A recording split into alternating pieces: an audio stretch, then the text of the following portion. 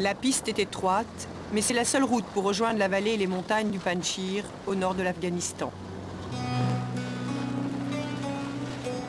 Avec Shekeba Hashemi, nous avons quitté Kaboul, la capitale, il y a moins de 2 heures.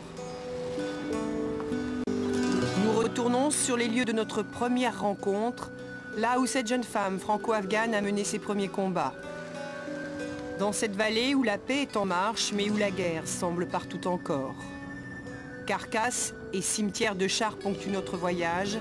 Pas facile d'effacer 22 ans de folie meurtrière. Je pense qu'il y en aura encore pendant des années. Dans la rivière Panjshir, il y en a plein des tanks. Là-bas, moi, les enfants jouent avec. Ça fait partie du paysage. Et puis soudain, à la sortie d'un virage, plus possible d'avancer. Qu'est-ce qui se passe? La route est barrée. À peine le temps d'arrêter nos voitures, une sourde et puissante déflagration résonne. Qu'est-ce qui se passe? On fait exploser des mines.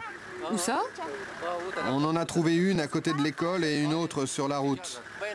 Depuis 2 mois, une trentaine d'Afghans, sommairement formés au déminage, se relaient au bord de cette piste pour arracher à la terre ces semences meurtrières. Ça peut exploser là maintenant parce que le bout il n'est pas encore coupé, donc ça veut dire que c'est un objet qui est explosable. Il vient juste le trouver là. Oui, on vient de le trouver à l'instant. Quand avez-vous trouvé ça? On l'a trouvé hier. Et vous n'allez pas le faire exploser? Non, pour l'instant, on le stocke. Quand c'est sous terre, si un gamin marche dessus, ça fait un massacre. C'est un travail très minutieux qui demande des années et des années parce qu'il y en a des centaines de milliers de ces objets partout qui peuvent exploser autant que les mines, qui font moins de mal que les mines, mais c'est quand même des explosions et il faut les enlever.